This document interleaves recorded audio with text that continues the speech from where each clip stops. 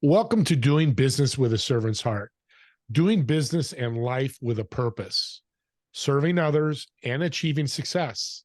I'm your host, Steve Ramona. We created this show for you because we want everyone to learn how to do business and life to make an impact in the world. What impact will you make today? I want to welcome my fantastic guest and new friend, Dave, to the show. Welcome to the show. Steve, thank you very much. It's a pleasure to be here. But it's going to be a special show. It's going to be a little intense, but I'm excited to delve into this and have people learn more. So what is your mission with this new project that you're on? Yeah, God, see, I just got goosebumps when he said it's going to be an intense show, knowing what it's all about.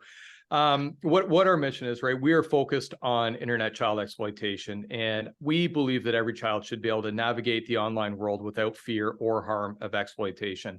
We see a world where we can end internet child exploitation in all the forms that it shows up. There's over 5 million online predators, estimated 500,000 of them active every single day. 1 in 5 children will face an online exploitation attempt against them.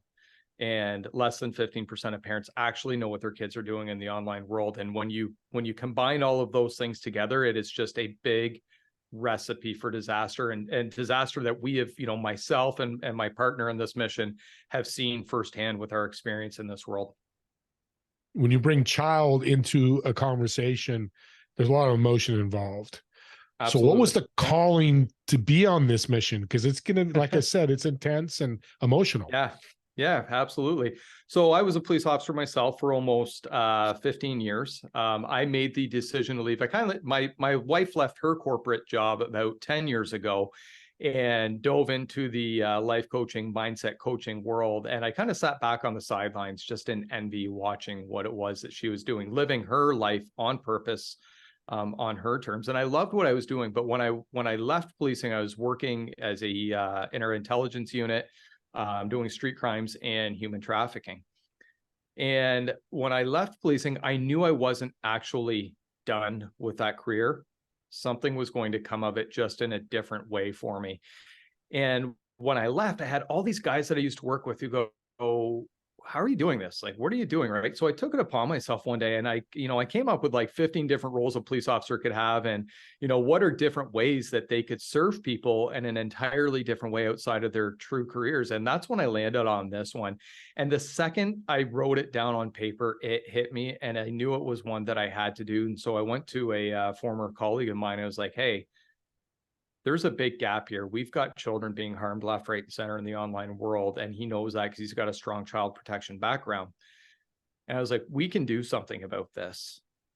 And it just kind of snowballed from there. And what it is that we've turned this into, it's been an amazing journey. It's an incredible calling. And not many people would take it. And you know that, and that's okay. That's not, but you took it and your partner took it on. You mentioned human trafficking. So does this spill over into that? Yeah, there's a massive it's a tangled web, right? You have internet child exploitation, which can show up in different forms. You have somebody who has self-exploited themselves, right? Meaning they've taken a youth who has taken a picture of themselves and shared it with somebody in the online world that they think is somebody who's not really who they are. It's an online predator. And now that child is taken as they're taken as a digital hostage. And they are coerced into providing more images of themselves, more videos of themselves. And it's, the proper term then becomes they're being sextorted. And they're, unless you produce more videos or images for me, or unless you pay me this ransom money, we're going to distribute these images to everybody on your friends list, on your Facebook, your Instagram, your Snapchat, whatever. So there's that component there. And then you've got what's called child sexual abuse material. Now, more commonly in the world, in the media, people recognize it and understand it as child pornography. But one thing that people need to understand there is when you talk about pornography, it insinuates that there is a level of consent that has been given, and children cannot consent. So now you've got what's called child sexual abuse material. And children who have exploited through self-exploitation, shared a photo or an image of themselves, that material now gets traded, distributed in the online world, and somebody is gaining from it monetarily from those images and pictures. And it's almost now becomes a form of, if you don't do this or give me more, this is what I'm going to do. And that's part of the definition of human trafficking, is that somebody who, by means or threat or use of force or other forms of coercion, abduction, fraud, abuse of power, can benefit from somebody in a way. So now somebody's in, what we call is they're being digitally trafficked. Yeah. Not in the sense that people normally look at, but a child who has exploited themselves online. And if they don't tell somebody, and so many children don't ever end up telling an adult, a trusted adult or authorities that this has happened, they are a lot more apt to now actually become in-person trafficking victims. So when you look at it all together, there's a direct linkage between it all. And the fallout is absolutely tremendous. Youth who go through this, they on the low spectrum of the scale are going to experience anxiety and depression. Then it can turn into substance abuse. And worse yet, it can turn into them taking their own life. Youth who have been exploited online are at a 12 times higher risk of taking their own life, whether as a youth or as an adult. And it is a vicious cycle. And our vision, before the internet existed, so pre-1993, child sexual abuse material was traded through regular postal mail. And it was almost completely eradicated then. It was almost completely ended. And even though the online world is so much more vast than what, the postal system would have been then, we know that we can end this, but we're taking a very upstream approach. There's a lot of tech companies out there, and it's like they're kind of going straight for the heart and trying to rip the heart out of the problem. That doesn't necessarily always work. In our eyes, it starts with education and prevention. If we can educate in the homes first, if we can build an army of advocates, of parents who see our vision and our mission and what it is that we're committed to beyond just this education level, that's when we can start to work upstream and take big steps and build a network of people who say enough is enough. Our children should not be exploited. Yeah, that's interesting. And Catfish, the show, reminds me of that. Similar, and now it's falling in the the child level, right? Adults are exploited too online, right? Yeah. So even all the education that we have it's geared towards parents and youth, but it's just as applicable to the adult or to the senior, somebody who is at a higher risk factor of being catfished online, right? And that's a whole other world. That's a whole other podcast. Exactly. We're not going to go there. That came to my head. So who influenced you to jump into this? Was it one person, a number of people, something you saw? First of all, Gary and I were parents ourselves. I have children that I dearly love and wish to protect in the online world. Yeah. Gary is a parent. He's also fostered more than 50 kids in his life as well. And he's seen, a whole other side of this. Our goal is to not have parents go into, as parents are getting educated, to go into their kids' bedrooms and rip technology out of their hand and say, this is dangerous, you can't use it. It's the exact opposite. We know that technology is the way of the world. So for my kids, I know that they need technology. In school, they're learning coding, they're learning gaming, they're learning all these really cool things. And that's just the way that the world is going today. So we just need to be able to teach them. It's like, okay, well, I've got this background in human trafficking. Gary's got in child protection.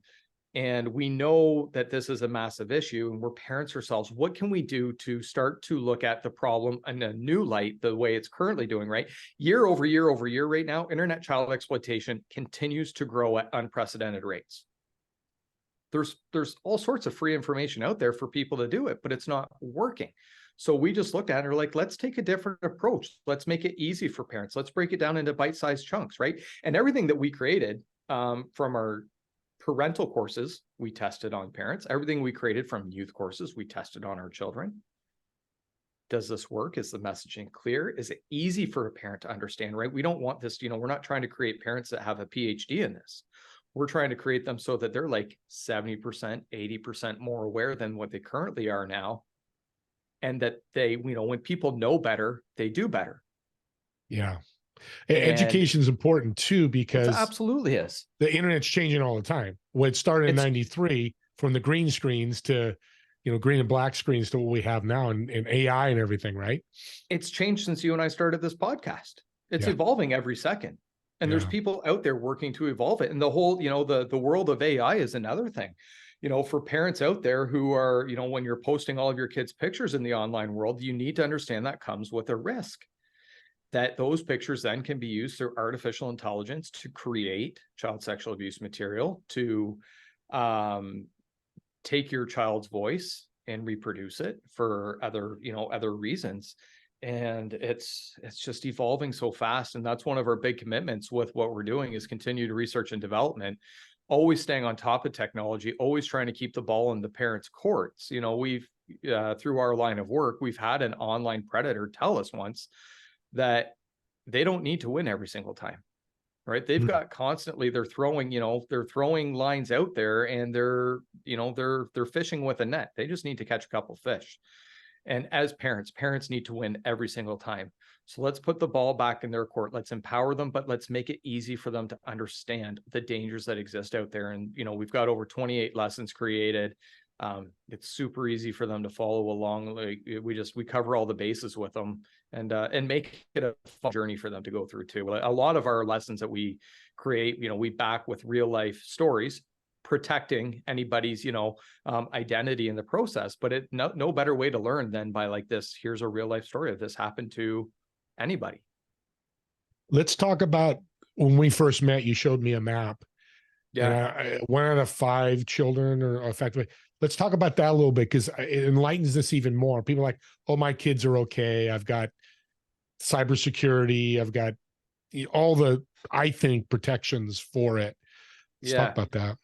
Yeah. So, I mean, it's a digital crime. It's a borderless crime. It can happen to anybody, right? It doesn't know a demographic. It doesn't know anything like that. A child in Boise, Idaho can be extorted from somebody in Munich, Germany. Like, it doesn't matter. It can happen anywhere, anytime.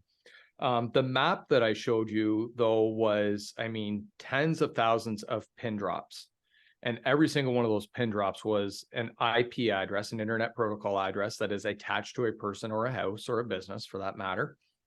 And it was a 7-day period. And you remember, like, these pin drops were just layered one on top of each other. Every single one of those pin drops, it was over a 7-day period, representing somebody downloading and accessing child sexual abuse material. And that's, we can show these pin drops over a 1-minute period, over a 1-hour period, a 1 day, 7 day, 1 month, 1 year. It doesn't matter. We can show it all. right. And it was amazing to me, because the pin, and reach out to Dave if you want to see that. He'll send you updates of that. He's got some great information. But what's interesting to me, you said borderless crime. Yeah. It's a powerful statement. We can't go after the criminals so much. You've decided, you and your partner, let's educate the source so it doesn't get to that borderless crime, correct? Right. Educate the source. So, so for example, we've got youth courses created for ages 6 to 8, 9 to 11, 12 to 15, 16 plus. And we talk about it in an age appropriate way, right? Like, to a 6 to 8-year-old, we're not calling them an online predator. We call them an online bad guy. Okay. And right with the 6 to 8-year-olds, we give them a designation as a junior detective, and we create a level of empowerment with them to begin to recognize and understand. If somebody starts asking you these kinds of questions in the online world, it's a big red flag. If somebody starts doing one of these, and we kind of show them with, without calling somebody a predator, if somebody starts asking these things, right, we're, using tactics that we know that an online predator would use to gain the trust of a child. If you see these things happening, it's a red flag. And here's what you need to do. Number 1, hit pause on the game or the platform that you're on, right? Stop, but don't delete anything. Go and find mom and dad or your caregiver, whoever you're with, and a trusted adult, and show them what's happened first, right? And educating these kids, just baseline, simple steps as to what they can do to begin to protect themselves. And then from there, at the end, just to get greater buy-in and make them feel empowered by it, right? Just like a police officer would get sworn in, we have them take an online oath. And I walk them through it in the videos, and then, as the education gets older to the 12 to 15-year-olds or 16 plus, maybe they're too cool for that, but we teach them, it's not just about them. It's about recognizing maybe this is going on in your friend's life. Maybe you're seeing something, right? Somebody's behavior is changing, or maybe they're talking about this stranger, this new guy that they met online. right? And if you are aware of this, you can maybe see it happening, not just for yourself, but somebody else. And then, especially then as we get into the 16 plus, the kids who are getting ready to leave mom and dad's house, going off to college or whatever, we really start to dive more into the human trafficking side of things. And we've got courses for parents on human trafficking and a lot of different things, right? Recognizing prevention strategies, like a lot of different things there. But with the kids, it's just about creating that level of empowerment for them that's age appropriate for them to understand. Education has changed the world, has changed Absolutely. many worlds. It's an important aspect. You said empower 3 times already.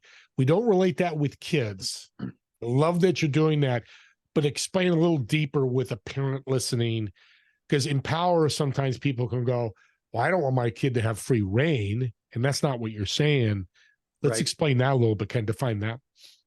Well, for a parent, it's about making the change feel good in the household, right? I said earlier, our goal is not for parents to go in and rip technology out of their kids' hands. So we've got courses for parents that they're called Fostering Trust.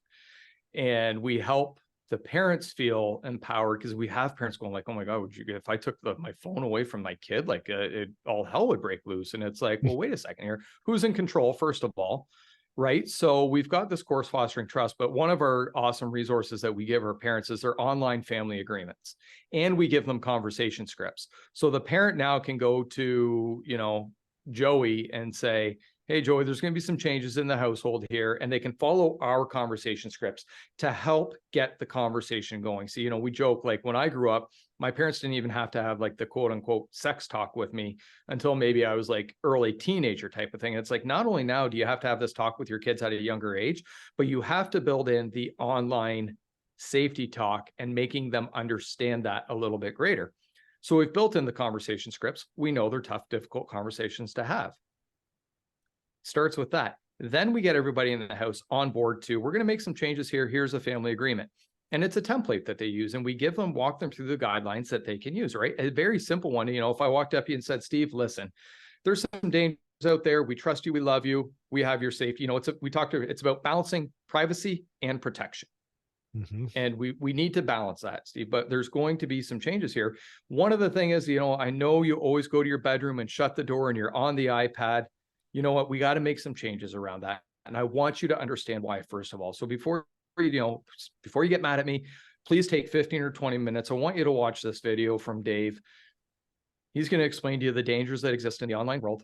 And then we're going to have a talk about it. Please know that I'm doing this because I love you and I care about you. And now you have to meet your kids and your family where you're at, right? You as a parent only know what internal controls your child has. And internal controls are your child's ability to, not go down the rabbit hole when prevented. Or when somebody says, hey, take my friend request. Oh, you're really cute, or I'd like to connect with you. Do you have the internal controls to go, I don't know you. This is a red flag, right? So when you have a family agreement in place, and an agreement insinuates when we do it together as a family, everybody's in agreement with this. And if anybody goes outside of this agreement, there's consequences to it. Yeah. And a big thing too, we talked about parents, is like, this isn't like a do as I say, not as I do, right? If you're saying, you know what, there's no cell phones at the dinner table, that goes for mom and dad too. Because kids will look at you and go, well, you do it, so why can't I do it? So it's creating that empowerment for parents, saying, look, we're giving you the tools, the conversation scripts, the family agreements, the education for your kids, the education for you. And together as a family, you're going to go down this journey, right? We'll do the heavy lifting for them, but the parents have to do it, right? Like one thing, when I grew up, I had to be worried about the stranger in the park, the stranger at the grocery store, if I got, out of my mom's sight for a few minutes. Strangers are being digitally invited into our homes. They're in your bedrooms, they're in your living room, they're in your kitchen, they're in the backseat of your car when you're on a family road trip, and it's happening right before your eyes. It's a ghost-like figure that comes into your house. That's a scary image, and that's good, because it is scary. I love how you empower communication. You make it easier, because I think the challenge for families on everything is learning this. There are books on parents, but not a lot of people read it. And it's ever changing. As technology changes, family life changes. Yeah. And we're not here to tell people how to raise your kids, right? You know how your family should operate and what's best for you and your family. We're giving you the tools to choose from. You meet yourself where you're at, you find what's best for you, and then you can implement it. Yeah. Right? We're That's, about leading them down the path yeah, towards success. you're just there, the resource to help them manage this catastrophic possibility of something that could happen. And that's a great way of looking at it. Well, and like you said, right, this catastrophic possibility, right? Most parents, to no fault of their own, just wish and hope it won't happen to me. Yeah. And then when they do, when that fallout begins, having been alongside families and seen it happen, it is truly, truly heartbreaking to know that that has occurred, right? From an investigator standpoint, it's heartbreaking to have seen happen. And so if we can change the narrative, if we can make it a proactive approach instead of a reactive approach, making it simple, making it easy, you know, we're not giving parents hours and hours and hours of material to sift through, right? Here's your video, watch it, learn from it. Here's the resources that go with it. Oh, you don't have time to sit down and watch a video? No worries. We got it on MP3 audio format as well. Listen to it on your way to work. Listen to it while you're doing your makeup. Listen to it walking the dog, cooking dinner, doing whatever. We make it so there's no barriers to them having to do it. You don't have to Google search it and try to, you know, like dump out 1,000-piece puzzle and go, where do I even start? Like, we've put the puzzle together for you. The last couple pieces that have to go in are very obvious. It's clear, and you just got to follow our steps. Great way of putting it. We're running out of time here. We got a few minutes, but the most important thing with this is, what's the future of child exploitation in online and internet landscapes? Online predators are always going to try to be one step ahead of the game, right? And with the emergence of AI and new social media platforms coming out all the time, it's difficult to predict entirely what that looks like. What our goal, a big commitment of ours, is continue investment back into research and development, understanding online predators, understanding tactics, and really studying and learning, you know, how they're making their moves and what they're doing and what platforms they're most using to leverage that. If TikTok changes their privacy policies, you're going to hear it from us, right? You know, one thing, you know, parents might say, well, I got all the privacy settings in place. Until that platform does an update, you may not know that your privacy settings go back to factory mode in that platform, right? So even that's like a simple little, you know, piece of education for parents there, right? Stuff that you need to be aware of. And we want to tip the scales. Like I said, if we can begin to put the education in the parents' hands and create that army of advocates, that we can start to overpower the 5 million online predators that exist and start to call them out and start to find where they are. I truly believe, you know, one thing that could happen in the landscape of this, you know, if they can't actually physically harm children with the use of AI, they can create it. You know, digitally create it. So maybe a child's not being harmed, but there's, and I know we're running out of time. We're going to draw this really quick. 50% of viewers of child sexual abuse material become hands-on offenders themselves. So even if it's now digitally being created and a real child's not being harmed in that video, two things. One, the pictures on social media that your kid has shared or that you shared of your kid, they could be taking their image, their face, and using it to recreate that. Number two, when you have somebody actually watching this material and now they want to become a hands-on offender, there's now a whole other risk that happens. Maybe, again, like I said, a child's not being harmed in this video. However, this offender now may go and say, watching this is no longer enough for me, and I now need to actually go and physically harm a child in real life. Those are two scary possibilities. It is. Well, Dave, you're a true servant. You took, and I'm going to explain this, learning much more. I knew a lot coming in, but I know more. You took a problem, you saw a problem and said, hey, partner, let's get together. Let's solve this problem. Not a lot of opportunities to do that. I mean, smaller level, but this is a major level. This is a global pandemic, I guess I could say, epidemic, whatever word you want to use. And what a servant does is it finds a way to solve this problem and reduce this pain. And you've done that. So I want to thank you for being on and sharing. I appreciate that, Steve. Thank you. And I want to have you back for updates, because it's going to change. Like you said, every second it changes. Yeah. So will your business and what you're doing. And I want to thank everybody for listening. Re-listen to this if you have a child or if you're a parent. just educate yourself and then reach out to Dave if you have questions. He's wide open. You can see in his heart, his servant heart, this is something he wants to solve, but he needs to have help and advocates. Like he said, it's a great word. And I do look forward to you listening to another episode of Doing Business with a Servant's Heart.